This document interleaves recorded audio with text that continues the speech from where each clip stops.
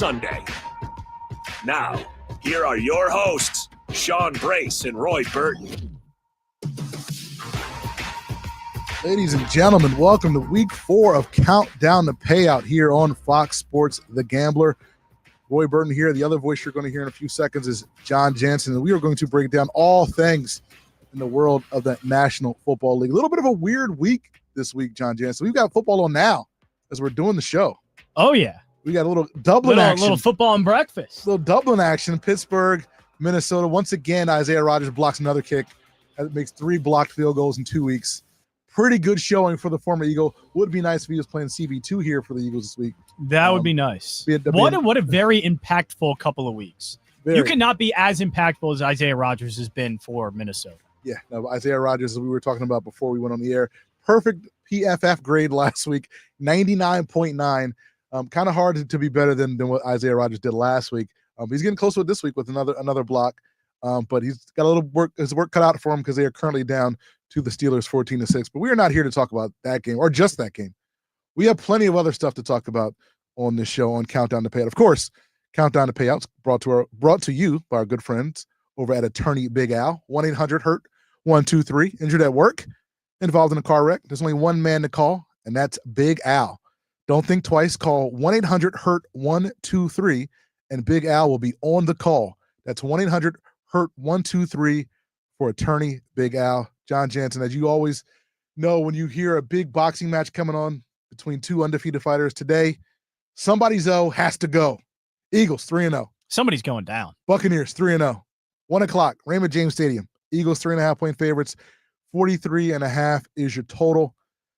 This is going to be a very interesting game. I know we've said this a lot this year, but this is, again, another measuring stick type of game for the Eagles because the Bucs are a pretty decent team, just like the Rams were a pretty decent team last week. And if they beat the Bucs, I'm not saying that they're by and large the best team in the NFC, but if they beat the Bucs, then again, I think we can confidently say that the Eagles are at least in that mix, regardless of the offensive issues, in that mix to be, one of the last few teams standing in this conference. Yeah, and I always love this matchup too because the Bucs go after and exploit the Eagles' biggest weakness. Since Sirianni has been head coach, one of the biggest weaknesses, I don't even know if this is a Jalen Hurts thing. I think it's everybody. I think it's the whole operation that struggles with this, but it's been against the blitz. Yep. That has been one of the things that's come up over and over and over again.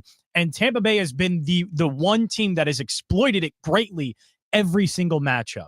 So I always use this one as, okay, how do they pick up the blitz this time? Can they figure out something? Is it something the Eagles still need to work on, or are they more successful? I think last year the numbers against the blitz picked up and it got better. Right. So I think the Eagles offense just naturally got better, and so that led them to a Super Bowl. So I think it's a great test in that area, again, because Todd Bowles just really seems to do well, and especially with his blitzes. So that's going to be a big key for me in this game, and a measuring stick, as you said, to see where they're at as a team. Was the second half of last week a start of something, or is there still maybe some things to work on in this offense, and we see that against Todd Bowles today? That second half of last week, of course, for Jalen Hurts, 17 of 25, 209 yards, and 3 touchdowns in that comeback victory over the Rams. That being said, if you look at our good friends at DraftKings Sportsbook, they don't think it's going to be a very good passing day for Jalen Hurts. His over-under for passing yards, 191.5 is minus 111. So if you think Jalen Hurts is going to get 200 yards, which seems like a reasonable number, even against his Bucs. I mean, he did it in one half. Right. Yeah, it seems like a reasonable number. I mean, you can get that at probably plus money at this point if you want to go over 200 yards. I will say, though, about Jalen Hurts, again, hasn't looked tremendous against the blitz or against anything this year, and the Bucs expect a pretty heavy dose of that blitz to come against the Eagles offense. The Eagles, I didn't know this until or Jalen Hurts, I should say. I didn't know this until we did some research. 1-4 against the Bucs in his career. It's the worst record he's had against any team. It's the only team I feel like that has been able to get to him or sustain success against him for a long time because just the Eagles are so good. So they're going to win a lot of games, and they're going to have winning records against a lot of teams. So it does stand out that Tampa Bay is the one team that seems to have them figured out. So I look at this game as being really exciting. Of course, the last time they played no A.J. Brown, Devontae Smith, Lane Johnson.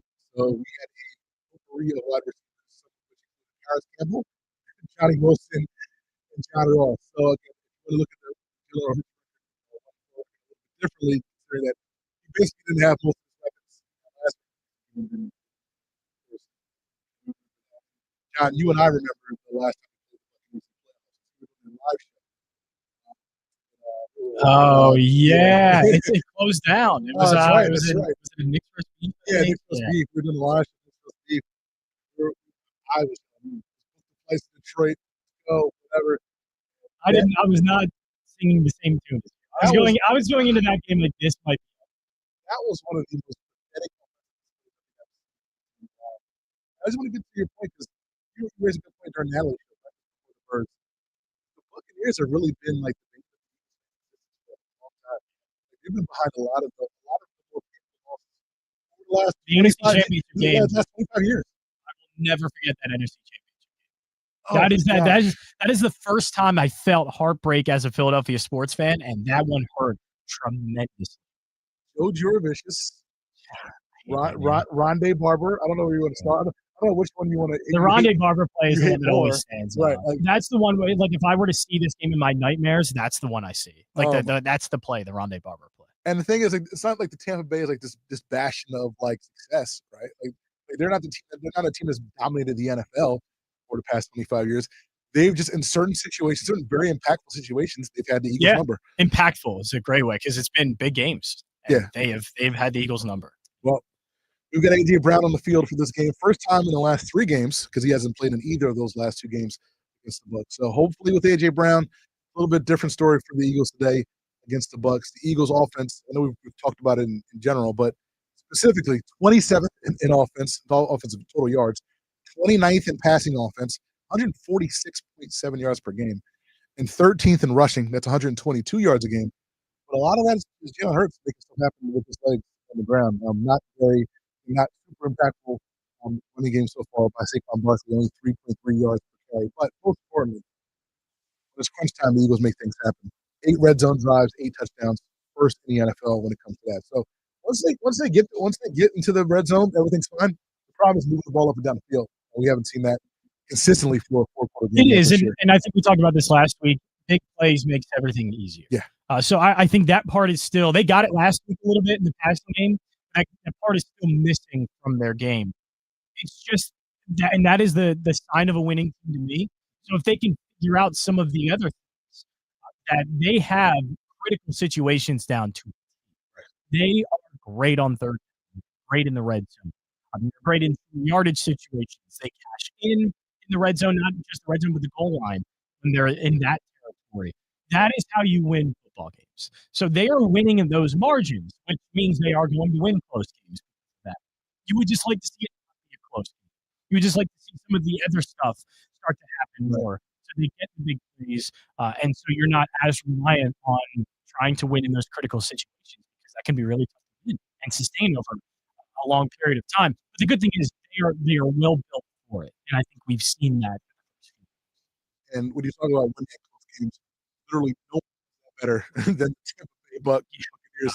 Game-winning scores in the final minute of all 3 games this year so far. The Buccaneers, Baker Mayfield, the Rabbit has had consistently so far in 2025. He's a very dynamic quarterback. He was on the injury report, by the way. I think it was a bicep injury, some kind of arm injury. He's ready to go. Baker Mayfield, again, continued his fantastic run that he's had in Tampa Bay. Last 2 games against the Eagles, 684 yards, 5 touchdowns, 0 interceptions. I think it's going to be a really good Baker Mayfield game. We'll get the predictions later, but I'll put it out there right now. I think Baker Mayfield will have a really good game today against the Eagles, and the Eagles are just going to have to figure out ways to kind of slow everybody else down. Yeah, and I wonder what that is, that Tampa Bay's offense, because, I mean, we put an emphasis on Todd Bowles and his defense against the Eagles offense. Right. Those are some pretty staggering numbers to hear about Tampa Bay's offense against the Eagles, because the Eagles defense has been really good against everybody. Now, it was after that game and after the bye week that the Eagles defense started to pick up and look like the best defense in the NFL last season. So maybe that helps. They've kind of figured themselves out with Vic Fangio, and this could be a different story. But there does seem to be something within that game, and maybe that system that it's not just Baker Mayfield, but this running heavy style, working off of play action. They're a heavy screen team. Yep. I think things maybe have changed a little bit after Liam Cohen left, and also David Canales, who left a couple of years ago. Both head coaches now. They were similar. It was, again, great screen game. They're a very physical team at the line of scrimmage, especially with their wide receivers. So the screen game works well. They work off play action. So it's a hard team to kind of figure out because there's so many different elements to it that make it tricky. But still, the Eagles are physical at the line of scrimmage, and especially somebody like Cooper DeJean, who I don't think was playing in that game. Did he play in that game? He played after. He came back after the bye week, and that's what changed. Yeah. So maybe Cooper DeJean is the kind of missing key ingredient to stop what Tampa Bay does. And I think, to me, that's going to be the matchup, is how do the Eagles corners match up with sort of the physicality and really playmaking ability when they get their ball in the hands from Tampa Bay wide receivers. Yeah, and the corners have to work out for them. Of course, maybe for honor for offensive rookie of the year. Easily, right. At this point, 181 yards, 3 touchdowns for Luka. First game this year for Chris Godwin, he had a nasty ankle injury last year. First game he's back, practiced fully for the majority of this week, so he's going to be back. No Mike Evans, though. He was down with a hamstring injury. But let's not forget Kate Otten as well, one of the more dynamic tight ends in the NFL. So it's going to be a pretty difficult matchup for Quinyon Mitchell and Cooper DeJean. And I believe CB2 today is going to be Keely Ringo. We've got Noah Dory. Well, Dory Jackson's doubtful. I haven't seen the official there have been report. some updates. I know he was on the field kind of working out, but I would imagine still it'd be tough to see him. Yeah, so Keely Ringo is probably going to be CB2 today. Dory Jackson doubtful. Corian Bennett on IR. So Eagles heading into this game. Eli Ricks, I don't know if he got but he was signed to the practice squad. He was a little bit banged up, and that was my main question I have in bold right here. Do the Bucs just simply have enough firepower without Mike Evans? Again, Mike Evans is he's going to get 7-8 targets a game. He's going to get these for 70 yards in the end zone. He's a very important part of that offense. Like you have a Book and you have Godwin back. But after that, it's not much in the wide receiver position. Sterling Shepard. Do they have enough firepower to keep up with this offense? Maybe not at the moment at wide receiver. It does help that Emeka Book has been lights out. Lights out, elite looking receiver. Sterling Shepard serviceable. Tez Johnson's okay. So that part of it, maybe not. But Baker's playing at such a high level, and again, I think this team helps him out. But the one thing that kind of surprised me was I thought this was just going to be Bucky Irving in the backfield. Yeah. That it was his backfield. He was going to take the majority of the carries. Rashad White looked good. So they have, if that's how it's going to be. They have two really good running backs. By the way, two pass catching backs. Bucky Irving's really good out of the back pass catching. So that changes things a little bit for their offense, because if they want to try to run the ball and help their offensive line out, get downhill instead of on their heels trying to pass rush or pass block, that maybe the running game is a big part of their game here. And look, tough task against the Eagles because they have such a great interior defensive line and really good linebackers that it gets difficult to run against them. But those are really two good impactful running backs. When we thought maybe it was just going to be Bucky Irving, they now have Rashad White, who looks a little bit rejuvenated after losing his start. Yeah, Bucky Irving gets the lion's share of the carries in that respect. Well, Rashad White, 17 carries, 91 yards, 5.4 yards a carry. He's playing pretty well. Especially Bucky Irving out of the backfield. 14 receptions already this year out of the backfield for Bucky Irving. This is a really dynamic Bucs offense, and a lot of guys can do a lot of different things and make a lot of big plays. Baker Mayfield with his legs, I think he's probably going to have a pretty decent day, just with his legs. He already has 116 yards rushing in 3 games. I think it's around just 19.5 rushing yards. I think it's pretty low, especially given the Eagles' issues on the edge. I think Baker Mayfield probably was loose for a couple, but this is a very dynamic Bucs team. They have 13 big plays. As plays over 20 plus yards this year. How many of the Eagles have? Yeah, it definitely doesn't feel like so it seems like I think the Bucs are going to catch the Eagles a couple times, a couple big plays. A movement gets loose a little bit, but whoever's at CB2 has to step up, and whoever's at edge has to step up, because again, we talked about the injuries. I haven't talked about Nolan Smith yet. He's out with a triceps injury on the IR. They're very thin at edge right now. You got Jalen Hunt, you got Darius Smith, who signed an hour ago, Josh Uche, Patrick Johnson. I'll say some of these guys have to step up, but I really think they need another guy. I really do. Yeah, it's looking that way. The hope is that somebody like Jalen Hunt develops a little bit more, and you start to see flashes of really great talent. That's just it's hard to rely on. So I think they're going to have to probably go out and get somebody. And this was a question mark coming into the year.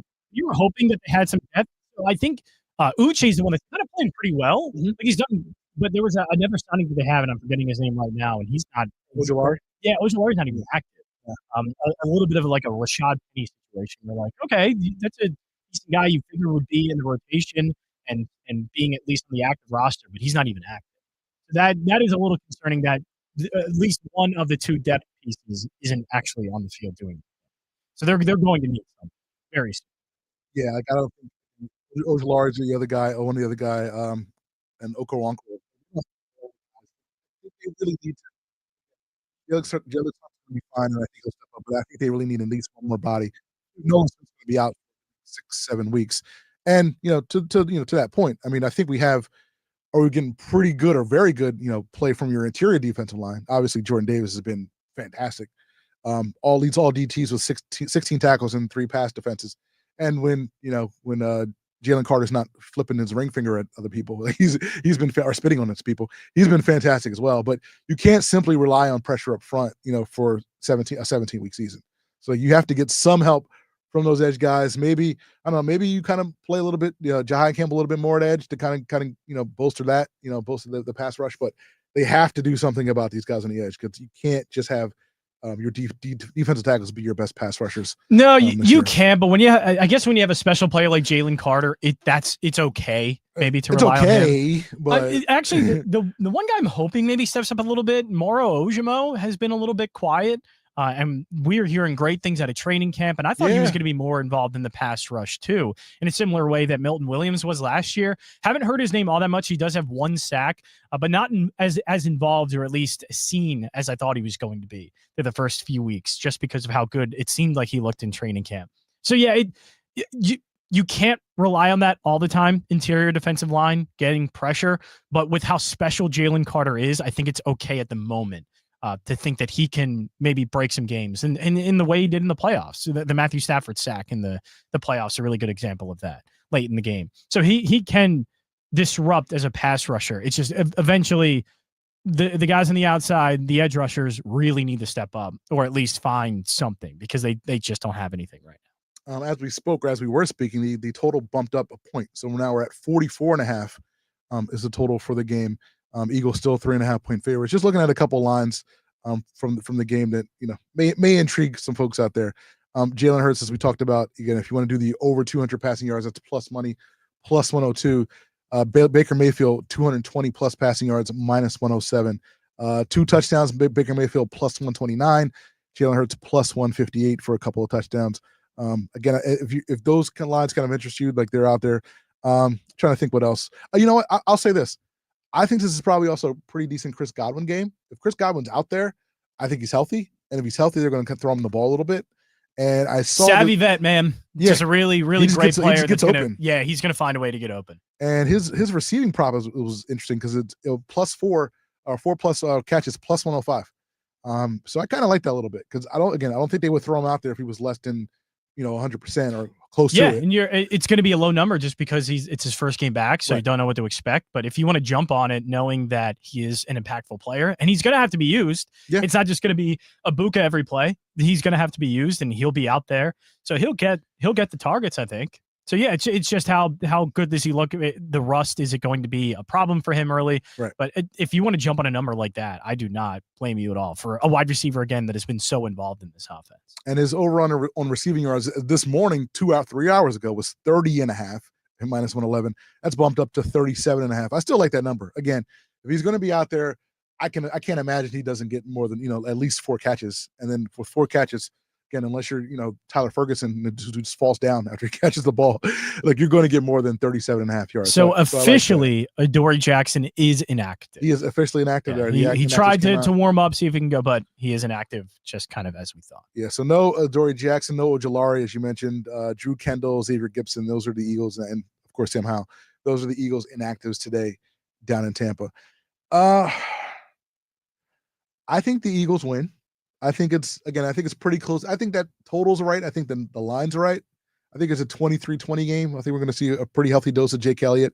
Again, until this offense shows me that they can kind of pull away from a team and kind of like, blow one out, I'm not going to pick them to do so. And I think the Bucs defense is pretty good into the fact that, they won't allow the Eagles to kind of get loose on them for a lot. So I think it's a 23-20 game.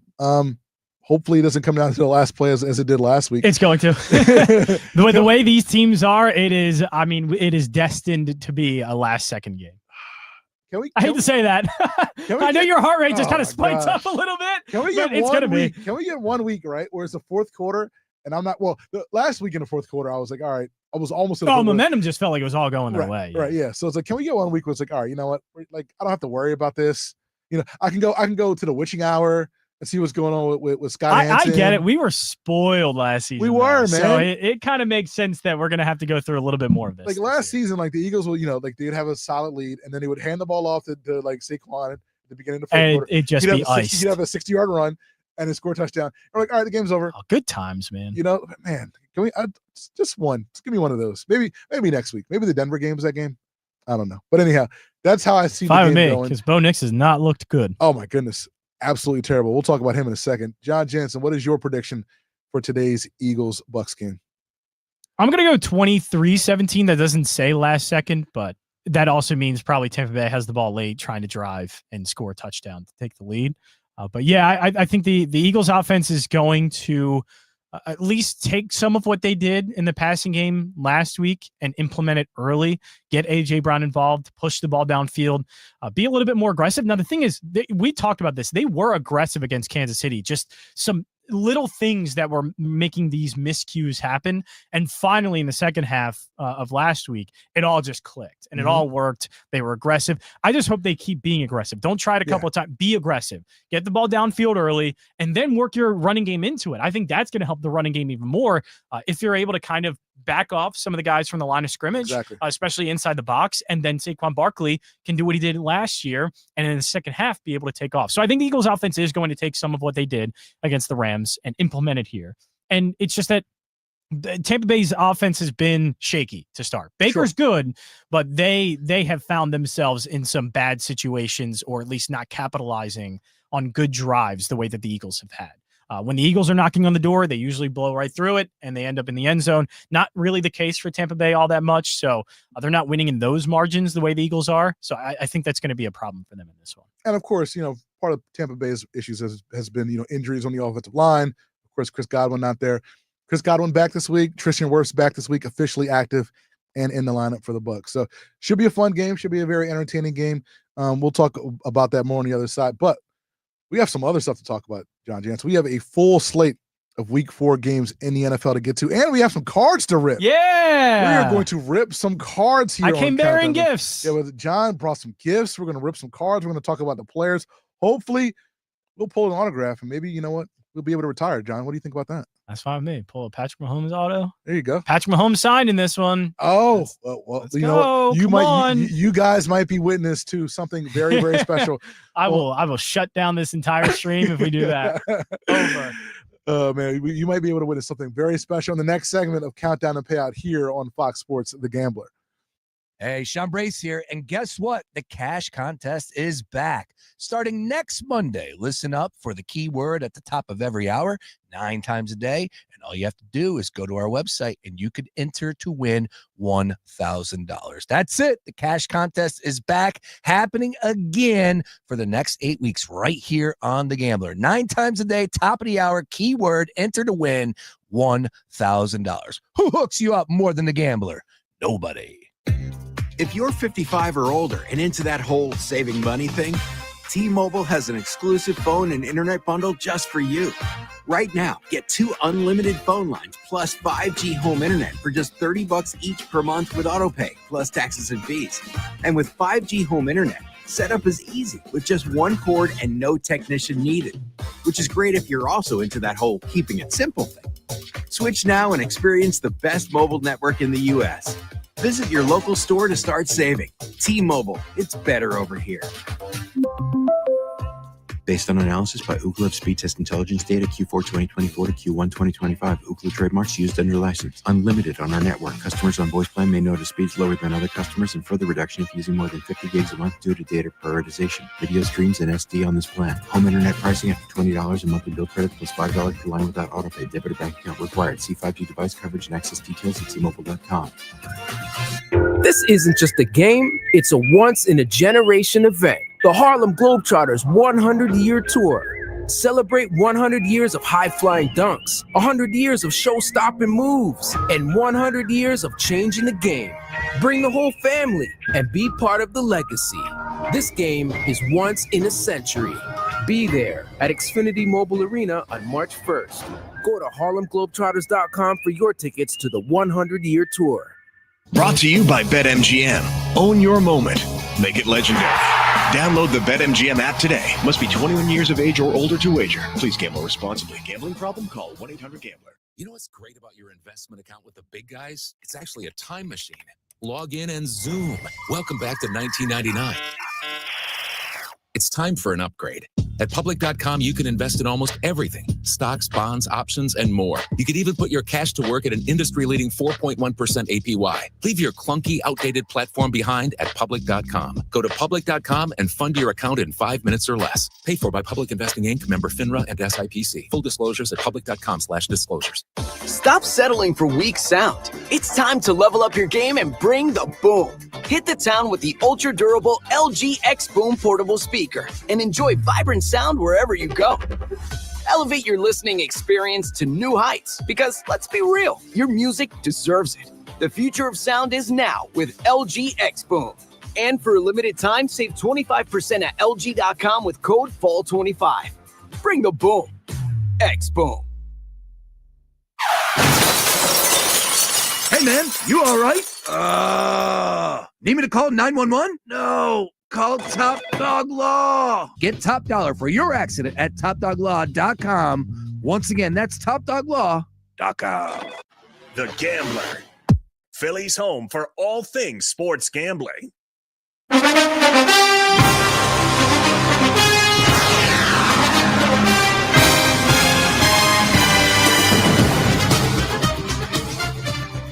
Welcome back to Countdown to Payout here on Fox Sports The Gambler. Countdown to Payout, of course, is brought to you by our good friends over at 1-800-BIG-AL. If you've been hurt or in an accident, one call is all you need. That's attorney Big Al.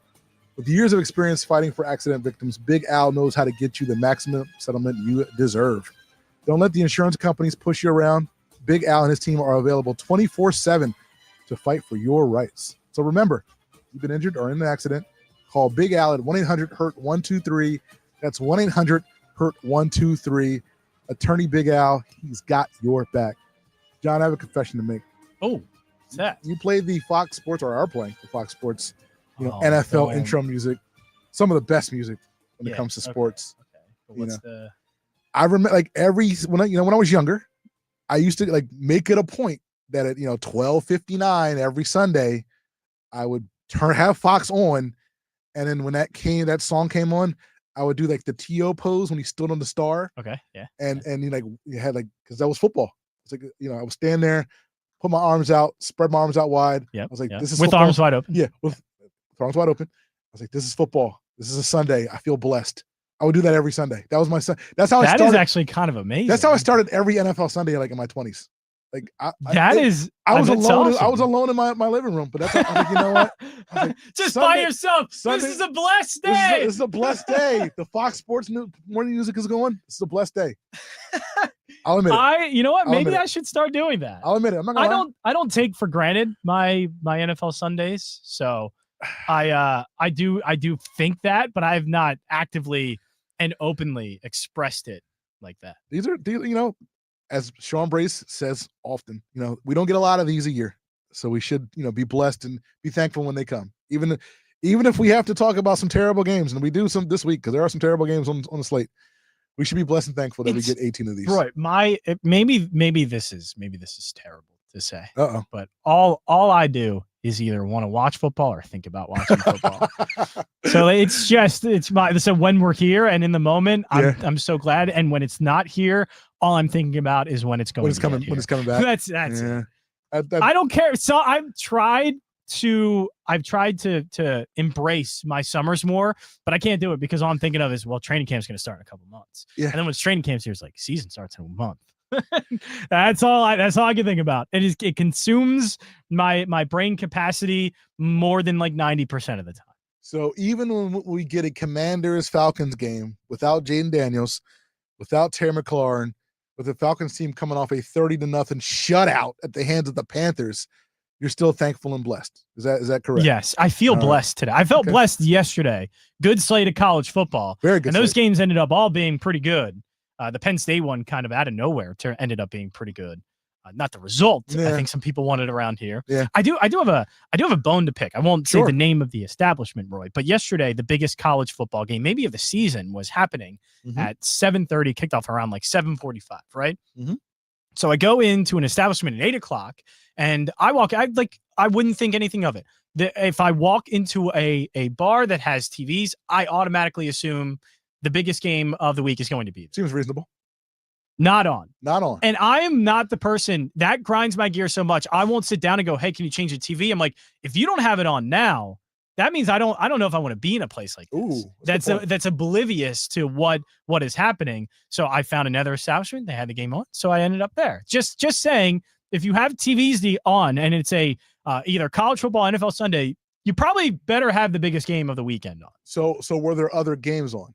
Yes. Okay, just not most that game. Most of the TVs were occupied by the Phillies game. Oh, though. that's what. That was my Which that is was my like, question. That was my question.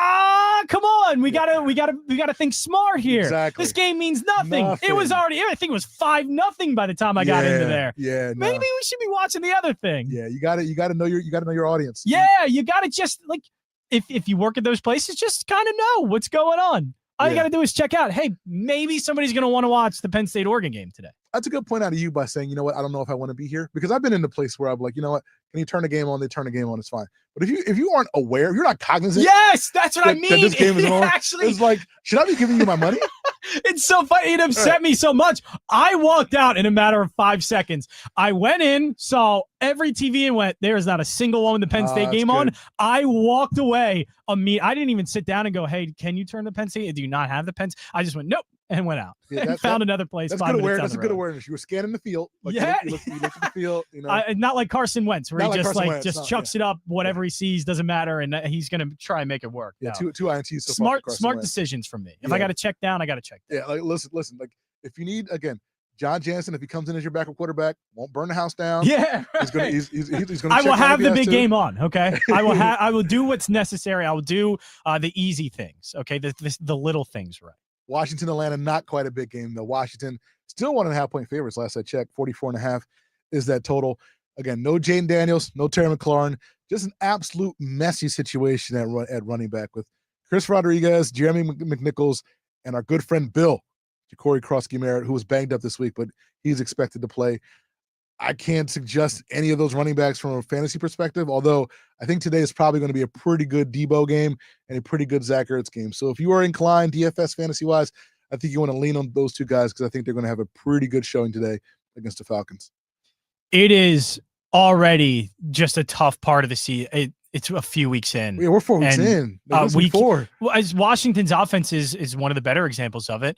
The duo that led probably a lot of people to championship games last year, and one that I had, Jaden Daniels and Terry McLaurin, they're not playing. Nope. Already in the 4th week of the season, not one of those guys is on the field.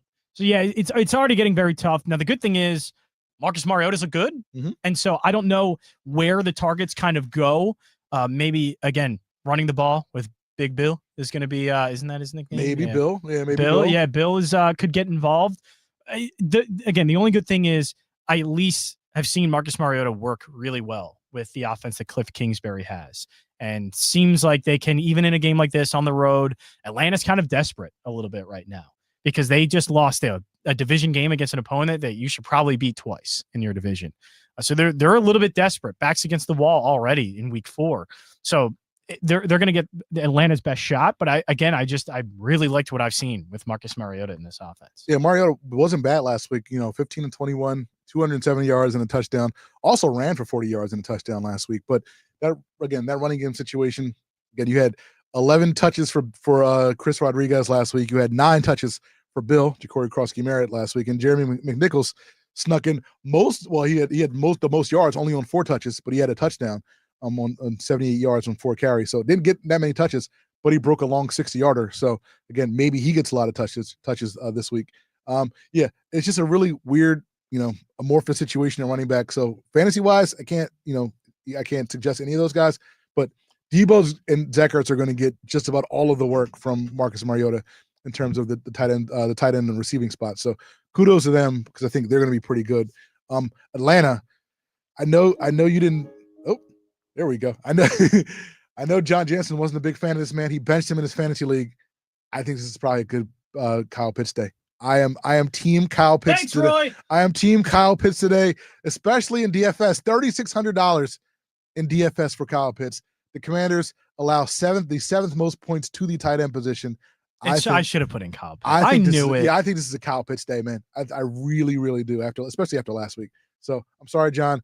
I don't know if you can throw him in a flex spot or something at this point, but I think it's a good Kyle Pitts game. Not worth it. Yeah, probably isn't that worth it. All right, let's talk about the New Orleans Saints. And I got to make sure to text you before I do make these decisions. I forgot. I got to make sure when I make my game time decisions. There you go. Arcani text me. McClay text me. Smart. Like Mark Henry Jr. text. Like every guys text me. Like you can text me. It's fine. It's all good. New Orleans. Here I am just trying to make it work on my own and failing. Listen, spectacularly. The more information you have, the better. Right? Yeah, that's true. Not to say that I'm always right or like whatever. It's like more than I am. So that counts for something. The more information you have, you make more informed decisions.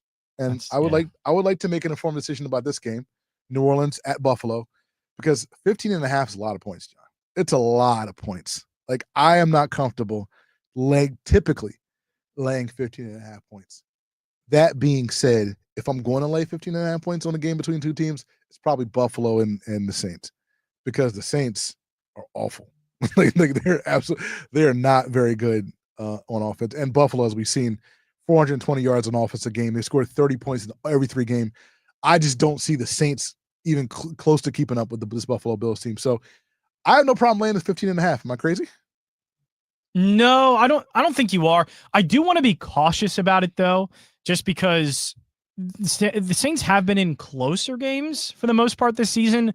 Arizona wasn't that big of a score. And look, Arizona and San Francisco aren't the same quality as Buffalo, but San Francisco was a close game too. The Seattle game got away from them fast. So I think I'm going to be cautious about, because if Buffalo starts getting takeaways and Spencer Rattler's turning the ball over and there's fumbles and special teams miscues, all of that starts to happen again. Yeah, easily cover 15.5. And I don't even know if all of that has to happen necessarily for them to cover that number. But I just want to be a little bit cautious, because a game like that with bad teams happens, like with what happened with Seattle and the Saints. That just got away from them quickly. Mm-hmm. But does that happen again this week? That is the toughest thing I have on a week-to-week basis with the NFL. Yes, it can. But that is a really hard thing to happen consistently. All of those miscues. So I'm going to say no, I'm not going to bet it, and I wouldn't lay the 15.5. It's the only way I would look if I was betting this game, just because there is that oft chance that New Orleans does implode. It's just a hard thing for me to bet on. So before the break, we were talking about opening packs, which we'll do now if we can. I opened a ton. I think it was Donruss last year. Opened a ton of Donruss, 2024 Donruss cards. Downtown hunting. Hey, you got one too, right? You got Drake May? Yeah, I got the Drake May downtown. And downtown. And after you get the one, it's like, all right, well, I gotta keep hunting. and the best auto I pulled was a Saint, and that was one Kendre Miller, which isn't the greatest autograph in the world, but it's Kendre Miller or whatever like that. So today, Jon Jansen and I are on the hunt for an autograph or whatever. We're looking for autos. We are guaranteed a numbered card, so hopefully a numbered card from a really good rookie. But we're hunting for the autos. Yeah, so we have 2025 score, and then if we don't find an autograph, we'll just talk about one of the guys. And maybe we can talk about it. Maybe put in some anytime touchdowns on some of the ones we really like. So here we go. So we are going to break open a few packs. Got an Omarion Hampton rookie. Here we go. Oh, okay. Omarion Hampton. I think the best one I've gotten was a purple press. Omarion Hampton, which is pretty good. Shamar Stewart. Oh, that's not good. I got a league leader. Bucky Irving card. That's not. A little Grant Calcaterra action. All right, It's a TJ nice Hawkinson, looking who card hasn't there. shown up today. Okay. Yeah, thank you. Thank Yeah. you. So so Shamar Stewart, Omar. Oh, Baker Mayfield card in here. Not good. A lot not of good. Tampa Bay love. A lot of in Tampa this, Bay love in this set at the moment. So not great. But yeah, there is a league leader, Bucky Irving. I do think we're getting to a Bucky Irving anytime. The mojo is not very good Yeah, right not now. Good player though. I do have him in a few leagues, Roy. So I will say I'm not mad at that. So I guess the best card we pulled is the Amarian Hampton rookie. Yeah, the Amarian Hampton one. Again, I've got a purple press. It's about like $8 to $10. Maybe going up more. Amarian Hampton, Roy. Let's talk about Amarian Hampton. Yeah, because let's talk about the Chargers. That backfield's opened up a little bit. Backfield's opened up quite a bit. Najee Harris out for the year. Amarian Hampton, by the way, second most rostered RB in DFS this week, 21%, because of that matchup against the New York Giants today. The Chargers are favored by 6.5 points. 44.5 is the total. Of course, the big story of this game, Jackson Dart. We got the first career start for one Jackson Dart.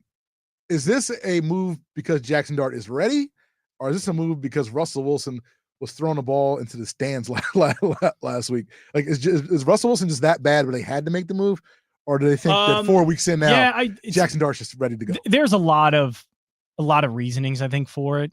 It's just you hope it really isn't for the bad one that Brian Dable's just trying to keep his job. And the one way to do it is to have Jackson Dart start and maybe give hope. But I do think, even if that is the case, that Jackson Dart still is probably the best option they have at quarterback at the moment. Russell Wilson has given them nothing. He has declined to a point where he probably shouldn't be on the field. Mm-hmm. It's close to retirement time, I think, for Russell Wilson. And Jackson Dart gives them a bit of a spark. How much of it, I don't know. So I'm not sure what to make of the Giants offense in this game. They have some talent there, and I like the running back room too. With Cam Scatterboo there, he's a really tough runner, especially a good goal line runner. But also they have the wide receivers to get it done. And the one thing I really liked it's preseason, so grain of salt type stuff. Sure. But I did like that Brian Dable was willing to take a little bit from the Ole Miss offense and take a lot of the same concepts and designs from Lane Kiffin's offense to help kind of ease Jackson Dart into things. So I think we are going to see something more reminiscent of what Jackson Dart did in college. Now, Brian Dable still likes the things that he likes, and there's going to be his kind of offensive DNA thrown into that. But I do think that we are going to see a little bit more of a comfortable Jackson Dart just because Dable is willing to throw things at him that he's already comfortable with. Yeah, I think we're going to see a pretty decent Jackson Dart today. His over-under on passing yards on DraftKings, 149, 149.5. Again, he's a rookie. He's making his first start. Minus 112 is the number for that. The Chargers, to their credit, have allowed just 2 passing touchdowns in 3 games this year, and they've allowed just 5.5 yards per pass allowed.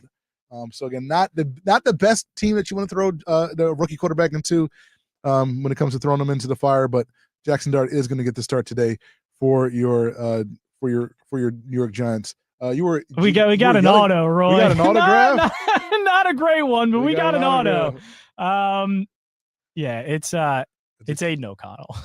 Aiden O'Connell. All right. Okay. All right. Okay. Well. Oh my gosh! You prayed for an auto. Score! What are you doing to me? You prayed for an auto, and auto came. I don't know if I prayed for that. Well, you prayed. I don't know if I prayed for times like this. Exactly. New York probably didn't pray for times like this right now. But Cam Scatterboo, lead back in for the Giants with Tyrone Tracy down due to an injury. His over-under on receiving yards 20.5, minus 114. I actually like that bet quite a bit. I think he's going to get a pretty decent amount of work, obviously today because there's nobody else there. But he's not a 3. Is it Devin Singletary that kind of gets a little bit more work? Singletary gets a little bit of that third down work. But I think he's like, it's just a bad matchup. Like, it's not a really good matchup for Dart. It's not a really good matchup for Scatterbo. So I do not like the Giants at all. Like, I have no problem laying the 6.5 with the Chargers. I will say, a little dark horse guy I like today, Oronde Gadsden II. 3 catches plus 104. No Will Dissly for the Chargers. Do you remember Oronde Gadsden the senior? Do you remember his father? I actually do not. Okay, he played for the Dolphins in like the Ricky Williams Chris Chambers era. I don't know if you remember like the mid '00s Dolphins. Yeah. Chris Chambers that's a name I like to hear. Chris Chambers, Jay Fiedler, Ricky Williams, like that team was fantastic on Madden. Like Madden 05, Madden 04, Madden 05. That team was a horse. Yeah, that team was good. That team was a wagon. Chris Chambers. Chris Chambers is still like just a man. Maybe just a not talked about enough player. Probably Chris not. Chambers. Yeah, probably a little bit underrated, Chris Chambers. But Arondé Gasson was one of the wide receivers. Or he was the tight end on that team. Arondé Gasson second now is the tight end du jour for the Chargers as they head into this game against the Giants. Speaking of tight ends, I pulled a Tyler Warren rookie. Yeah, you have nice. Okay. I have one of those. I think you have the numbered card. Oh, you have to have a numbered card in your 4 packs. Oh, so we get an autograph and a number card? We are not guaranteed an autograph. Okay. We are guaranteed a numbered card. All right. So I do say so. We got the it's an anniversary card. The reason why I like Score is you get the guys in their college uniform. Yeah. Nice little Shador Sanders. Shador. That's a clean card. The problem is already a little bit of a thing, a bent corner there. If anybody can see that, so don't like that. But really clean looking card. I like the anniversary cards, but I mostly like Score as a set because we get to see them in their college unis. That's a really solid, clean card. That's a good card. So, I like that card. I like that. Yeah. So here I got a Travis Hunter's anniversary one too. So here, for those watching, here is the Tyler Warren rookie card. And so let's talk a little bit of the Colts, a little bit of Rams. Colts at the Rams today. Rams 3.5 point favorites. 50.5 is the total. I think that's the biggest total on the board this week, or at least in the early games. Largest over on the board this week. The Colts offense has been a wagon, man. Listen, I was not a big fan of them going with the Daniel Jones as starting quarterback heading into the season because I think you needed to know what you have, and you still do, in Anthony Richardson. This offense has been pretty good, man. Average 6.6 yards per play. They pushed the right buttons. Maybe Shane Steichen has saved his job. Who the heck knows? But the Colts has looked pretty good. But they get a big test in the Rams this week. The test, the Rams, as we saw last week, a very good defensive team, very good on the line. 12 sacks this year, tied for first in the NFL. I think this is a pretty bad, I don't say pretty bad spot. I think this is a pretty tough spot for the Colts going on the road against a Rams team that might be one of the 2 or 3 best in the NFC. So I would take the Rams today. Yeah, I think I would take the Rams, and not to say that the Colts are going to look so bad and this is going to have to be this is what the Colts are. I don't want it to be that, but I think we start to see Daniel Jones get a little bit more pressure in front of him, maybe a little bit more erratic because of that. The Rams defensive line has been very, very good. And I've been extremely impressed with Jared Verse. He looks like one of the better, if not one of the best defensive players in the NFL. And just the entire Rams defense and especially defensive line, very good, very young. Yeah. So I think that's going to give Daniel Jones a lot of problems. I think we start to see Daniel Jones make some more mistakes. Maybe we do see the first turnover from him this season. Yeah, I just do think that the Rams are a really good test for this Colts offense to see where they're actually at. Right. Not to say, again, it completely implodes. I just think we start seeing the first few mistakes that we haven't seen at all for the Colts in 3 weeks. Yeah, again, I talked about measuring stick games for the Eagles. This is another measuring stick game for both teams, really, but specifically for the Colts facing this Rams team. Puka Nacua, by the way, for those fantasy inclined, most rostered wide receiver in DFS this week, 22.6% of rosters. He's $7,900. Absolute stud. Puka Nacua. I think his over under on catches is like 8.5 or something. Some disgusting number. His over under on catches this week. I actually like Kyron Williams quite a bit this week. Over 70.5 rushing yards, -115. I like to hear that. So you would like a backfield of Kyron Williams and Marion Hampton then in your fantasy lineup? Yeah, okay. I would like that. Again, I think not to say I have that. No, just throwing it out there.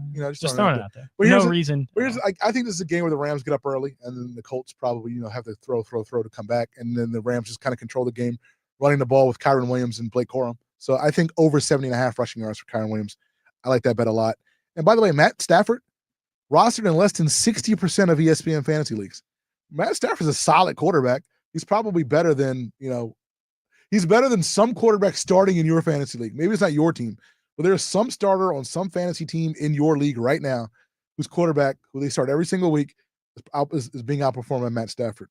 Probably should pick him up. I'm always that guy that you need to have 2 solid quarterbacks on your roster Because who knows? Again, we've seen, we're watching Carson Wentz as we speak right now. There's no Jaden Daniels for another week in a row. The Carson Wentz experience is in full effect. It's in full effect. So yeah, get another quarterback. Matthew Stafford is too good to be unrostered in 60% of fantasy leagues. So keep that in mind if you need it. So I was hearing all week too, and like leading up to this, this is more of a Carson Wentz thing. Mm-hmm. That like we need to pump the brakes sometimes on things happening, because the game last week for Minnesota really just came down to they scored a lot on special teams and defense, and that helps anything. That can make any quarterback look good. Yep. I was hearing all week, well, if Carson plays well, do you bench JJ McCarthy? Carson Wentz might be really good. Could this be a new Sam Darnold situation for Carson Wentz? Guys, Carson Wentz has been in every situation imaginable. He's been in good situations, bad. He's a bad player. Can we stop with the Carson Wentz stuff? And this is somebody that defended him until he left Philadelphia. But once you're able to kind of remove yourself from the situation and see what he actually was, the bad quarterback. And he still continually is a bad quarterback.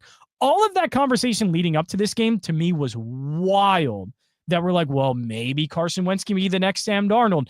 Carson Wentz is bad. Sam Darnold at least has flashed some good skills, and I think there was something there, and maybe not with the Jets, but Sam Darnold looked better than what I've seen from him. Yes. Carson Wentz is still the same stuff. You're going to see okay plays, but he's a wild gunslinger that just doesn't have that much pop in his arm or his athleticism anymore. Just stop. Carson Wentz is not a starting caliber quarterback in the NFL. Period. That's why. No. Say what you want about Sam Darnold. That Minnesota should have benched what could be a franchise quarterback for them and maybe ruin that for Carson Wentz. What are we talking about? Right. Carson Wentz is a known quantity at this point, right? You know what Carson Wentz is. You don't know what JJ McCarthy is, right? You have no idea what JJ McCarthy is. Well, say what you want about Sam Darnold. Sam Darnold is a starting caliber quarterback in the NFL.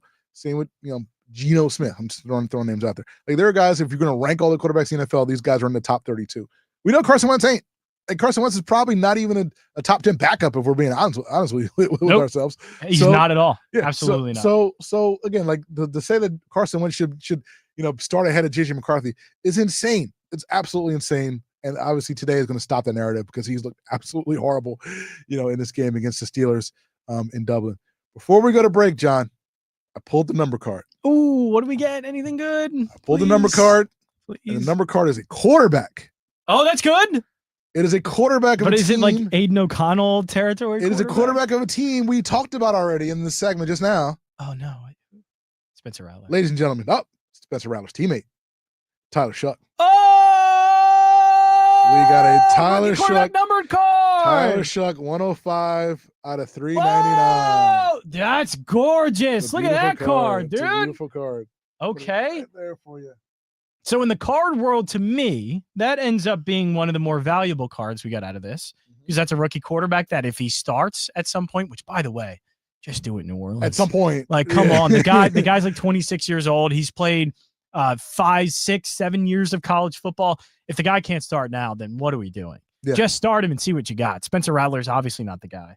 But that's one. If he starts, plays a little bit well, that could mean something. It could mean something, right? It could mean something. So we got a little Tyler Shuck. We still have another pack to go, so maybe we can find another gem. Another auto in there. Maybe we can find another gem. But on the other side, we're going to open some more packs and talk about the rest of Week 4 in the NFL. You're listening to Countdown to Payout on Fox Sports The Gambler. Looking for something new? Try fencing, the Olympic and Paralympic sport that mixes speed, strategy, and fun. It's like chess meets cardio. Quick feet, quick decisions, and a satisfying beat when you score a point. Kids, teens, and adults can start anytime. No experience needed, and many clubs have loaner gear. Coaches teach fundamentals and safety from day one. Find a beginner class near you at usafencing.org/tryfencing. That's usafencing.org/tryfencing. Time now for the Sunday BetMGM Baseball Buzz. Final day of the regular season. Playoffs start on Tuesday with the wild card round. Mariners, Blue Jays, Yankees, the favorites this October in the American League. Dodgers, Brewers, and Phillies, the three top teams coming out of the National League.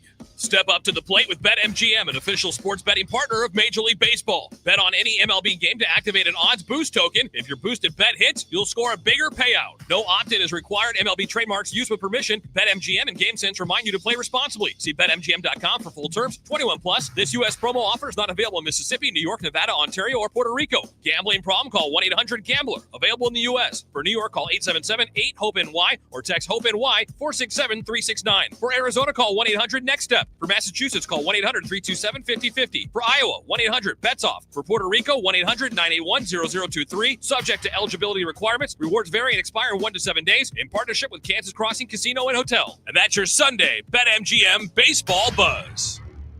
This isn't just a game, it's a once-in-a-generation event. The Harlem Globetrotters 100-year tour.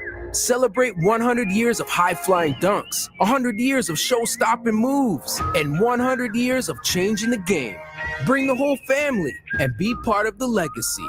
This game is once in a century. Be there at Xfinity Mobile Arena on March 1st. Go to HarlemGlobetrotters.com for your tickets to the 100-year tour. And here we have a specimen from the early 2000s, a legacy investing platform. Please don't touch the exhibit, folks. It could crash.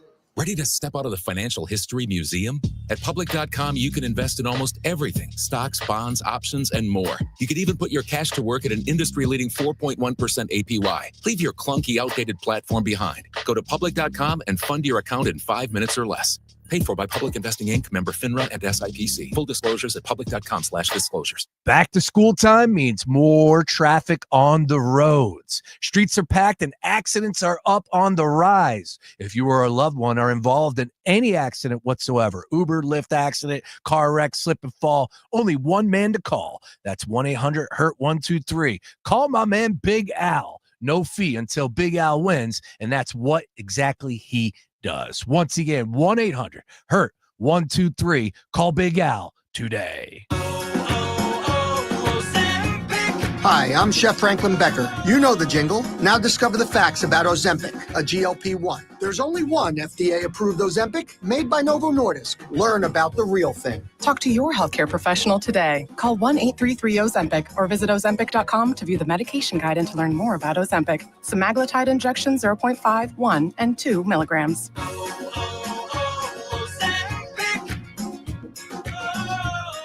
For the first time ever, you can get all of ESPN in the new ESPN app, along with Disney Plus and Hulu, with one incredible offer.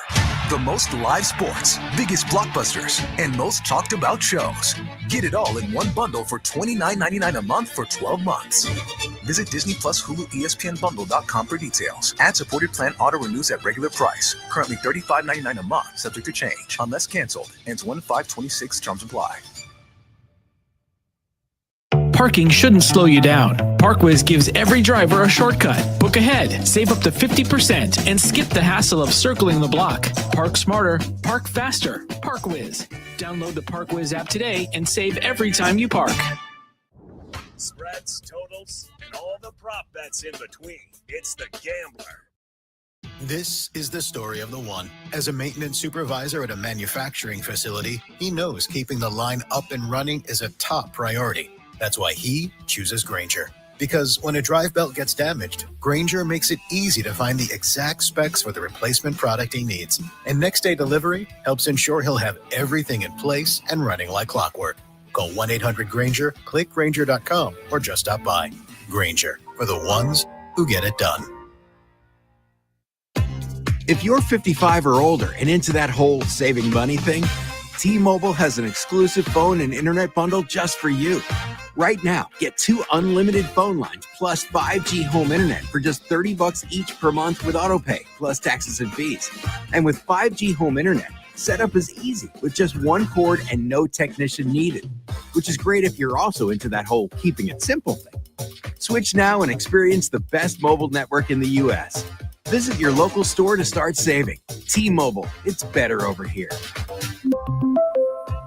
Based on analysis by Ookla of Speed Test Intelligence data Q4 2024 to Q1 2025. Ookla trademarks used under license. Unlimited on our network. Customers on voice plan may notice speeds lower than other customers and further reduction if using more than 50 gigs a month due to data prioritization. Video streams and SD on this plan. Home internet pricing after $20 a monthly bill credit plus $5 per line without autopay. Debit or bank account required. See 5G device coverage and access details at T-Mobile.com. Hey, Sean Brace here. Now, when you shop local, you're not just making a purchase, you're making a difference. Gerhardt's Appliances, they've been serving our community for over 80 years, supporting the neighborhoods we call home. Instead of sending your hard-earned money to a national chain, support the home team at Gerhardt's, proudly serving all of Philadelphia, Glenside, Doylestown, Malvern, Ardmore, and beyond with top-quality appliances and unbeatable local service. Shop smart, shop local, shop at Gerhardt's. Visit Gerhardt'sAppliance.com or visit any of their 6 locations. Hey, want to hear something great? Right now at Wendy's, you can get 2 of the #1 selling bacon cheeseburger in all fast food, the JBC, plus medium fries and a medium soft drink for just $8. Want to hear something else great? Double the burger means double the bacon. Now that's a game changer. 2 of the #1 bacon cheeseburgers with fries and a drink for just $8. Gotta be Wendy's. Limited time only. U.S. price and participation may vary. Request $8 JBC meal deal to obtain discount. Individual items at regular price. Action News meteorologist Peyton Domschke. While a spotty shower is possible southeast of the city early, the main event today is the return of sunshine. High temperatures are back in the low to middle 80s, nearly 10 degrees above average for this time of the year. Now, humidity does remain elevated, but overall it's not a bad afternoon for any outdoor plans. Clouds begin to increase overnight, which will give way to more of a filtered sun look come tomorrow. High still on the mild side for your Monday in the low 80s. This report is sponsored by ParkWiz. Parking shouldn't slow you down. ParkWiz gives every driver a shortcut. Book ahead, save up to 50%, and skip the hassle of circling the block. Park smarter, park faster. ParkWiz. Download the ParkWiz app today and save every time you park. Go get it! The new season of the NFL lives on iHeartRadio. It's blocked! It's scooped up by Will McDonald! That's a jet touchdown! Local stations bring you the action live. Touchdown Tampa Bay! Plus, fantasy advice and expert analysis with the official NFL Podcast Network. A strip sack! A walk recovery! Everything you love about football is on the iHeartRadio app. Throws to the end zone. Caught, beat it, touchdown! Chargers! Search NFL to dive in. Portions of the following program were pre-recorded. Number 1 on your car radio preset and the new and improved iHeartRadio app. WDAS and WD273D Philadelphia is Fox Sports Radio, The Gambler. The clock's ticking toward kickoff. This is Countdown to Payout. Your 2-hour sprint through the spreads, props, and fantasy plays that cash tickets on NFL Sunday. Now, here are your hosts, Sean Brace and Roy Burton. Hour 2 of Countdown to Payout here on Fox Sports again. We're Countdown to Payout. It's brought to you by attorney Big Al. 1-800-HURT-123. Injured at work, involved in a car wreck. There's only one man to call, and that is Big Al. Don't think twice. Call 1-800-HURT-123, and Big Al will be on the call. That's 1-800-HURT-123 for attorney Big Al. Again, hour 2 of the show as we rip through Week 4 in the National Football League. I think it's time now to talk about the game, and let's get it out of the way. The game that nobody is going to turn to on Sunday Ticket today. A game that probably won't be on Red Zone all that much. Tennessee at Houston. Houston 7.5-point favorites. I know we love football Sundays. I know we are blessed by 18 of these every single year. Sometimes we have duds in a football Sunday, and Tennessee and Houston. Not a great one. It's definitely going to be one of these. Both teams come in 0-3. This is probably a get-right game for the Texans. I mean, they've lost 3 one-score games. I don't think they're an awful team. They've been on the wrong side of bad luck for the last 3 weeks. But they're not a great team either. They have the worst-ranked offensive line, according to Pro Football Focus. The Titans' offensive line's probably second worst. I don't have the numbers in front of me. We have a couple terrible offensive lines. Very disappointing, third season out of C.J. Stroud. The Texans are the better team, and they probably cover the number. But this is a very unappealing football game, John. I'm sorry, it just is. Yeah, it is. And maybe we have seen the worst of Houston just because they went up against the Rams in Week 1. That's a really great defensive line, and Jacksonville in Week 3, which I don't know if people are quite aware yet. But you should be made aware, probably the best edge rushing duo in the NFL is Josh Allen Hines and Trayvon Walker. Yeah. They are menaces at rushing the quarterback, and they got after CJ Stroud all game long. So maybe this gets things open up a little bit more for Houston. There's not as much of a pass rush for Tennessee. So CJ Stroud is able to get the ball downfield. Nico Collins gets involved more. So I would go Houston in this game. It's a big number, and I think people might be scared off of it a little bit, especially now that it's gotten over the 7 and even in the 7.5. But this is a game I think we can see Houston's offense look okay. Maybe not like it's itself, like it did a couple of years ago in CJ Stroud's rookie year, but better just because there's not as much chaos in front of CJ Stroud. And we're able to see the offense work functionally a little bit more. Yeah, not a lot of chaos in front of CJ Stroud. And Houston, for what it's worth, they've been able to kind of hold the line with without Joe Mixon in the backfield.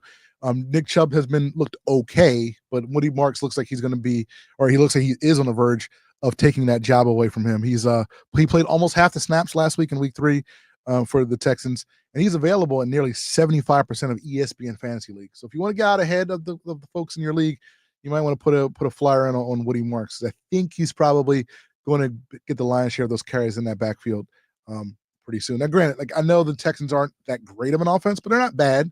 And if you get the number 1 running back in a team of at least a mediocre offense, you can probably start him as your RB2, RB3 flex guy, on a weekly basis. So would not be mad at Woody Marks for you to pick up fantasy wise.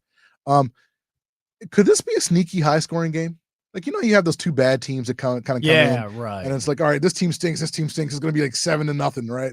And then they come out and nobody can stop the other team, and it turns into like a 37-34 game. Could it be that, or am I just giving Cam Ward way too much credit? Because it's really based on him and Calvin Ridley, and Calvin Ridley has looked awful this year. So awful. So yeah. I don't think we're going to see that today, right?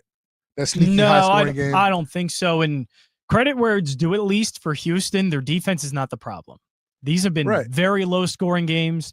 Their defense has actually kept them in a lot of games, even against the Rams, even a divisional game against Jacksonville, even against Tampa Bay. They maybe could have won that game because of how good their defense was. Just late game heroics from Baker Mayfield that have been happening a lot lately. Right. But the defense is good. So I just don't know if I see that happening. I get what you mean. It could just be a chaotic 2 0-3 teams, 2 maybe bad teams that things get chaotic, a little bit weird, and so we see more scoring.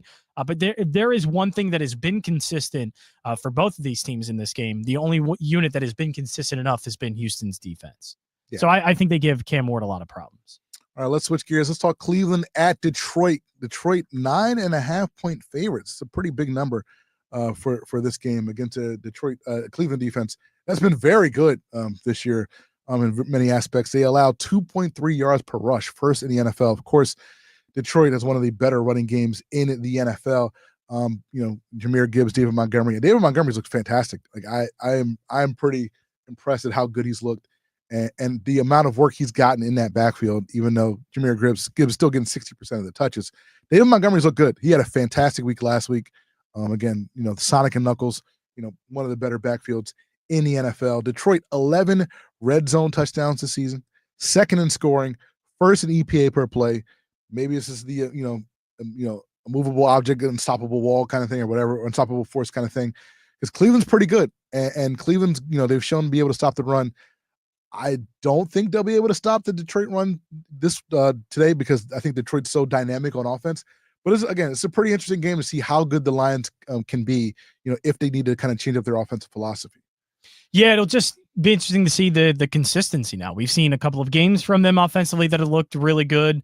They just had that one dud in the beginning of the year, and a lot of that was because of pass rush, just because Micah Parsons was able to disrupt a lot of timing.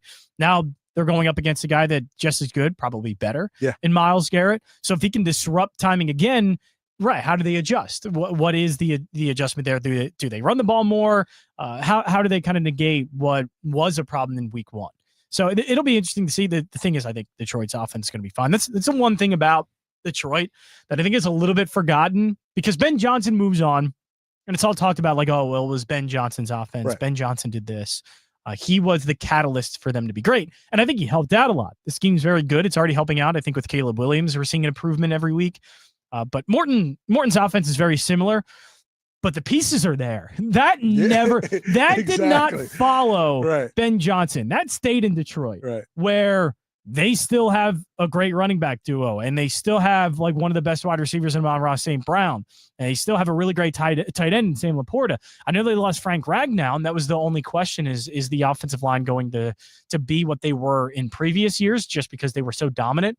But man, it looked good. It's looked good the past couple of weeks. So I think just the talent's overwhelming. So Detroit's offense is still going to be just as great as it has been. And I think even in this game, they will be. I think so as well. You mentioned Amon-Ra St. Brown, over 67.5 receiving yards, minus 112. I think that's a really good number this week. Because again, I don't think they're going to run the ball for 150 yards, let's say, against Cleveland. They're going to have to throw the ball a little bit. And St. Brown's been fantastic this year.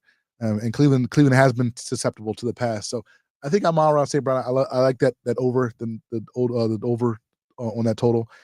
David Njoku, again, for those of you fantasy inclined, most rostered tight end in DFS this week, 15.9% of DFS rosters. I don't know how much I love David Njoku fantasy wise, just because of Harold Fannin. I mean, they kind of vulture touches from each other, like as you've seen all year. Like neither one of them kind of gets loose after. I mean, Fannin got loose week 1, but other than that, like they kind of share the load at tight end, and those are the wide receivers in Cleveland. I mean, it's just they're just a bunch of jags, just like God bless Jerry Jeudy and Cedric Tillman. They're just guys. So I'm not in love with that Cleveland passing offense, and I don't love David Njoku.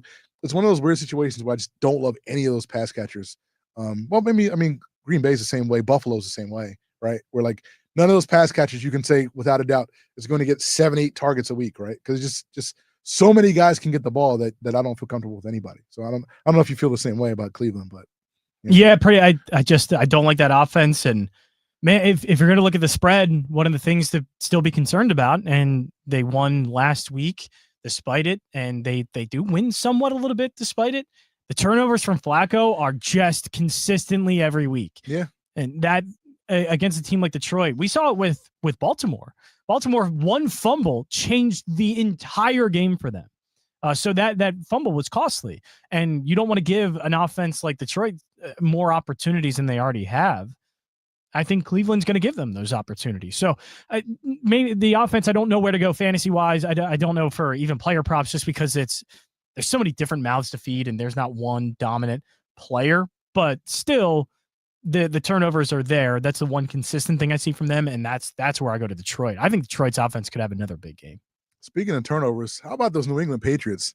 Can you give the ball up any more than the New England Patriots did last week? Fumbling on the goal. Like everybody got into the fumble game.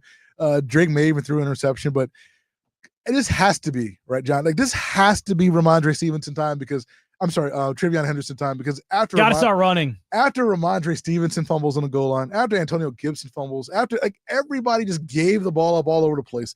This has to be Trevion Henderson season, right? It has to be. Like they need some way to help out Drake May, because they don't have any kind of running game. It is non-existent. Their leading rusher, Roy Burton. Yes. Who is it? You know. Oh, for the Patriots? Yeah. Is it Drake May? It's Drake May. Oh my goodness. 21 carries, 87 yards. 87 yards? Yep. Wait. I thought you said 87. I thought you meant for like last week, right? Last week. No. For the year. No. For the year. Unless ESPN is 80. Ramondre Stevenson and Drake May are tied at 87 yards. 87 yards? Yep.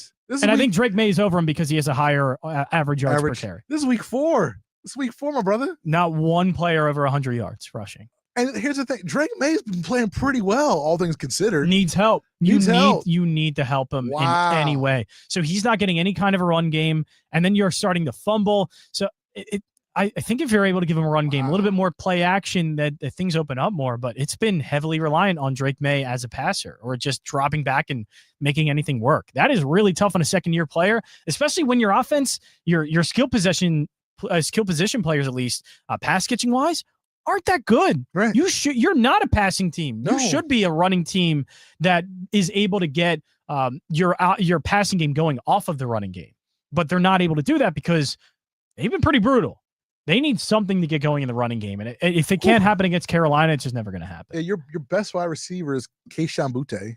Stephon Diggs coming off the ACL has basically done a bunch of nothing this year. Hunter Henry got off last week, had 2 touchdowns, 90 yards. Who we talked about stacking, and you talked me out of it, and it's fine. I'm not mad. It's fine. Sorry. I talked to you about a stacking. Yeah, remember I said Drake May and Hunter Henry. And you said you can't stack anybody in that Patriots offense because everybody's terrible, and everybody is terrible. Why do you listen to me? Well, I'm not sure. I'm not. Yeah, you should know. Yeah. I'm not sure why. Yeah, exactly. I'm not entirely sure. But Drake, but you told me hold on to the Drake May downtown because there's something there with Drake May. I think Drake May he's a pretty decent quarterback. I'm quasi sold on Drake May. I like what I've seen. I think there's something there. With Drake May. I think there's enough there that they should cover this number against Carolina because I think Carolina's offense. They scored 30 points last week. Bryce Young threw for 121 yards. Like, this wasn't a Bryce Young game last week where he was throwing the ball all over the lot against the Falcons. Situations kind of happen. So I think Drake May is going to have a pretty decent game this week. And I think they covered at 5.5. So give me the Patriots at 5.5 because I've seen nothing out of Carolina to think that they'll go on the road and beat this team. Yeah, I just don't love anything about the passing game. Even still last week, it was more of Atlanta just shooting themselves in the foot over and over again. Over and over. And that's where, like, when we talk about Atlanta, that's the biggest issue for them going into this game against Washington. But the offensive passing game had nothing. So going on the road, even against a New England team that still has a lot of answers on offense or a lot of questions on offense that need to be answered. On the other end of that is just I don't think there's any answers for Carolina in the passing game. So yeah, I would have to pass. No way. I can't trust that at all. It's time to talk about your favorite guy. This one, Trevor Lawrence. Hey, Jacksonville at not San a great game Fran. last week. No, not a great game. Not a great game. But again, I can't put everything on him because you got one guy in particular who has 7 catches on 25 targets this year, and that's one Brian Thomas Jr. But again, this is a team effort when it comes to the Jacksonville Jaguars. Yeah, it really has been. Yeah. There's just been, it's not Trevor, it's everybody. I mean, Trevor's misfiring. Yeah. Also, when he does fire and he's accurate and good, they can't take advantage of it because they can't catch. It's everything about this offense. They can't catch. We're getting less production out of Travis Hunter. Can't throw. They run the ball pretty well. I mean, we'll give them that. But short of that, Jacksonville heads into San Fran in kind of a mess. San Fran, a little bit of a mess when it comes to injuries, but Brock Purdy expected to return today. Ricky Pearsall and Juwan Jennings questionable, but I believe both are expected to play. This is in the late slate, so we don't have the official injury report for that game as of yet. One guy who will not play, Nick Bosa, out for the season with an ACL. So again, given the injury situation that we know, obviously Kittle's still out, still on IR. I think this is another heavy Christian McCaffrey game. He had an absolute ton of targets last week. Probably won't be that busy, but he is the most rostered running back in DFS this week, over 25% of roster. So I do like Christian McCaffrey. I do like Ricky Pearsall. 5+ catches at -126. I do like that. I think San Fran is a solid team. I don't think they're great. I think they're fine. I don't think they're as good as the Rams. I don't think they'll win that division, but they're okay. If you look at the landscape of the NFC, I mean, they're way better than the median. They should be able to win 9 games or so once Ayuk and Kittle and those guys come back. And I think they have enough for again a Jacksonville team that I guess they're kind of still searching for their offensive identity because they really don't have one as of right now. No, I don't know if they do. I hate to say no identity because I think Liam Cohen does the things he wants to do and they do it well. Like the screen game with Cohen has been 10 times better than it was with Doug Peterson. Okay. So they are getting that. I think they're moving the ball well. Like that's not a problem. Trevor has done well and he has been able to move the ball well for them. It's just that there are consistent miscues from everyone, including Trevor, including the wide receivers, including the offensive line, that just consistently, like once they go a couple, like one step forward, they take a couple steps back. It's that you can't do that in the NFL.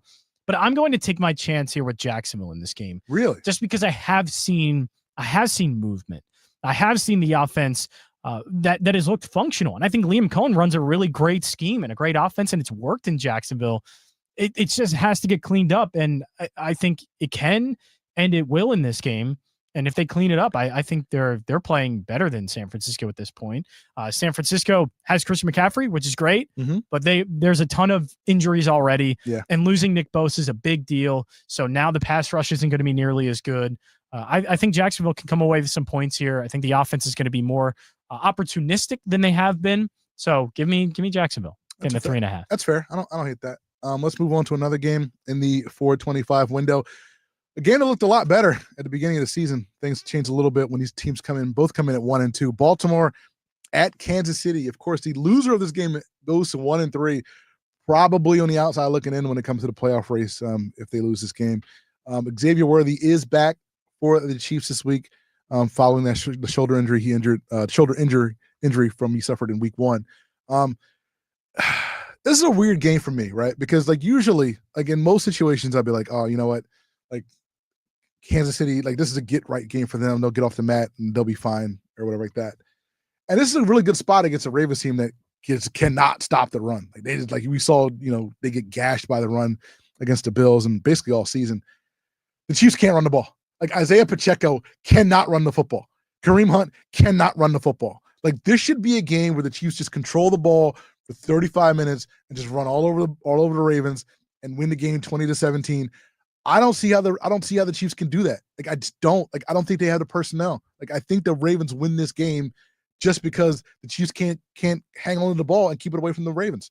So give me the ball. Give me Baltimore in 2.5 because this Chiefs offense is not built to beat this Ravens team right now. It is not. And I know a lot is just going to be made for the Ravens because they've been in big games already have lost 2 of them. Yeah. So I know that's been something we've talked about a lot with Baltimore Ravens in big games. They're, Lamar Jackson doesn't look the same or the offense doesn't look the same. And everything just seems like it falls apart when all of a sudden you're playing a really good team and you can't have success against them. So I get it. But you look at all of the numbers that Baltimore's putting up, especially offensively, it's one of the top 3 to 4 offenses in the league. They score 37 a game. It's a great offense. Yeah. And Lamar Jackson, I think is right now, if I remember correctly, let me check because it might have changed after last week, but I thought he actually played a pretty good game last week. In terms of EPA, estimated points added, and some of the other numbers like passing yards, things like Lamar Jackson is playing like one of the best quarterbacks in the league. Yeah. He's actually an EPA per play only behind Daniel Jones, which is just like outlier crazy, but he's having a better year than Josh Allen right now. Jeez. He's having a better year even than Jared Goff, Baker Mayfield, Jordan Love, like all these guys at the top, Justin Herbert, Patrick Mahomes, Jalen Hurts, Dak Prescott, Matthew Stafford. Lamar Jackson is playing at a level way above these guys. It's just for some reason the Ravens, and it's not for some reason, fumbles. Yeah, and bad plays and bad moments happen. Yeah. So that is bad. The Ravens are much better than Kansas City right now. Kansas City's offense is in shambles. Mahomes is doing the best he can with what he has. Right. I am shocked whenever they make a big play because it's mostly just Mahomes figuring something out. It's not, a play design works or somebody getting open. It is Mahomes running around enough till somebody finds their way open. That's just not sustainable, and especially against a Ravens offense that is so consistent and is so good, and we're seeing it every single week. Yeah, the defense is a problem. The turnovers are a problem. I don't think Derrick Henry is going to fumble every game, and I don't think the defense is going to give up 40 points every game. So I like Baltimore a lot in this one. Yeah. I know everything says Mahomes at home. He's an underdog. Right. There's no way they go to 1-3. Exactly. Right. Yeah. It's going to happen. Baltimore is a much better team, and I don't think that number is high enough. I don't think that number is truly indicative of what these two teams have been. I know the records are the same, but they are two completely different teams at this point. I like it. I like this, John. I appreciate Yeah. we're on the same side on this. Let's go. I do though. I will say Xavier Worthy, 5+ catches, -111. If he's on the field, they got to work. Yeah, him. they have They have to work him today. My favorite game on the slate, other than the Eagles, of course, Chicago and Vegas. Man, I like this game a lot. I really do. Do we have the standing on business sounder? Do we have that ready? Oh, do we have yeah. I got it. I'm not gonna stand up, but that's the wrong one. That's the wrong one. There we go. Hold on. I got some things I want to say. Yeah, there we go. About this game because I feel really good about it.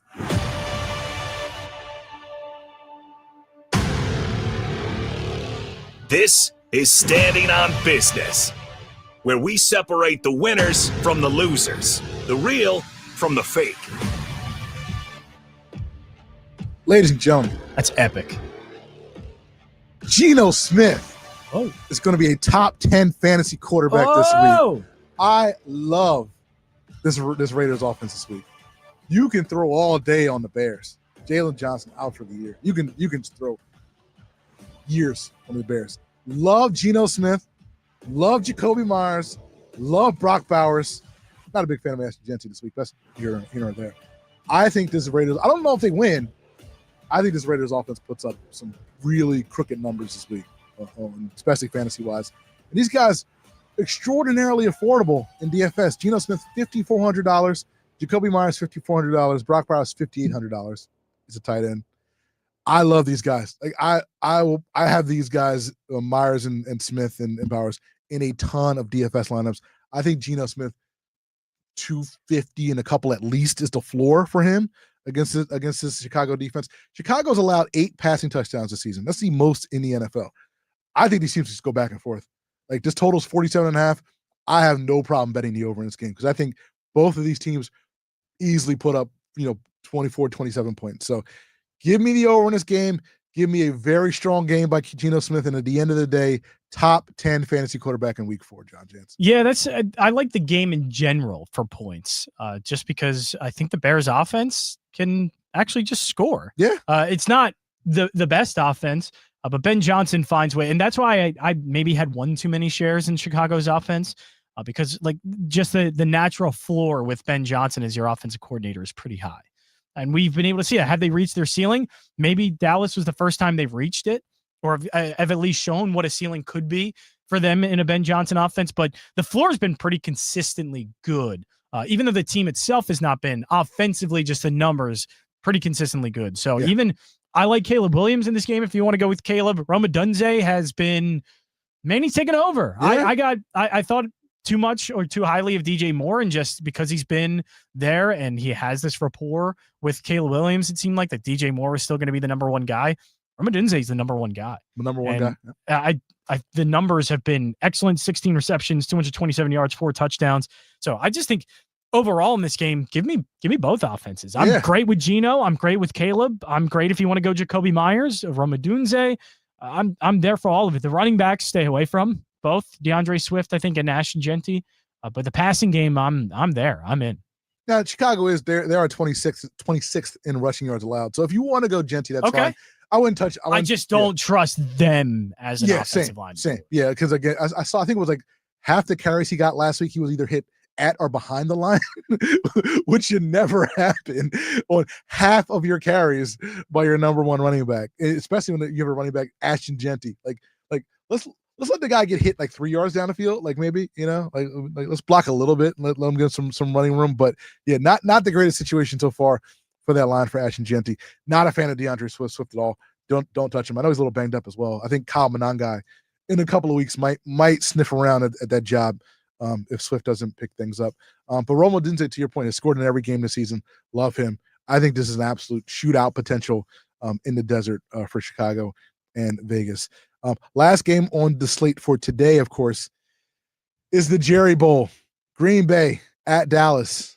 I don't see the number on DraftKings, so I'm going to pose it to you, John Jansen. What's the over-under on cutaways to Jerry Jones's box? Oh, it's going to be a lot. Stadium. And I mean, you're going to see the dual screen where it's going to be on one side, like a Parsons lining up, Jerry Jones on the other side, watching his quarterback get murdered on live television. Yes. So yeah, I'm so in on this. I'm so in on it. Oh my goodness gracious. Yeah. So by the way, yes, just a final encore performance for Carson Wentz. Getting the ball with 57 seconds left, down 3. What does he do? He throws a pick. Carson Wentz, the man that you are. Oh my Did not disappoint.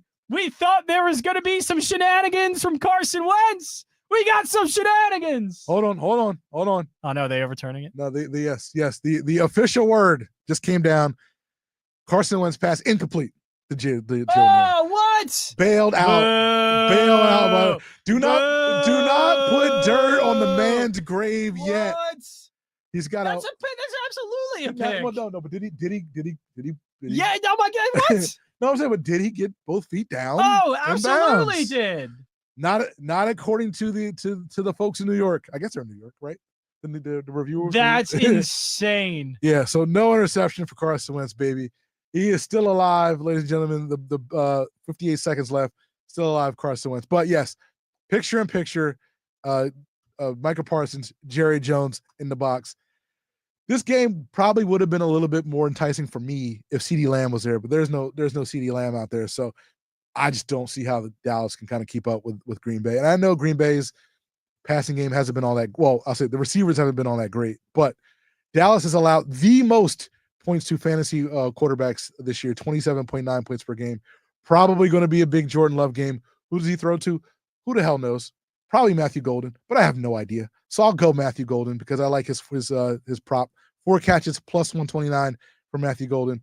I think Green Bay covers. I've seen this number jump around from like 7.5. I don't care what it is. I think they win by double digits. Yeah, I'm still on this Carson Wentz thing. How is that not a pick? That's not a pick. Let the man live. I can't though. He just threw the game-sealing interception, and then all of a sudden we got to pretend like that just didn't happen. It's not a game-sealing interception if the referee says oh so. My say it gosh. Yeah, Packers double digits. Oh my goodness. Packers yes. double digits. Yeah. Yes. It's defensively, and Cowboys are going to be without CeeDee Lamb too. Yeah, so no CeeDee Lamb. What now? The best part of your game is your passing game. Your quarterback probably is the best player in your team, along with your wide receiver CeeDee Lamb. Now that Micah Parsons gone, those are the two guys that are your best, and you just lost to one of them. So I don't know where the passing offense gets enough to be able to beat that Packers defense, which has been juggernauts. The offense of the Packers is their one only concern, just because it's good but not great. Right. They don't probably have the wide receivers to make it great. So that is going to be something they have to work on, but they can run the ball well. They can run off a play action well. Jordan Love can make enough plays. Tucker Kraft's a really good tight end. I think gives them a lot. So I like Green Bay in this game, and I can see double digits just because that defense is going to cause a lot of chaos.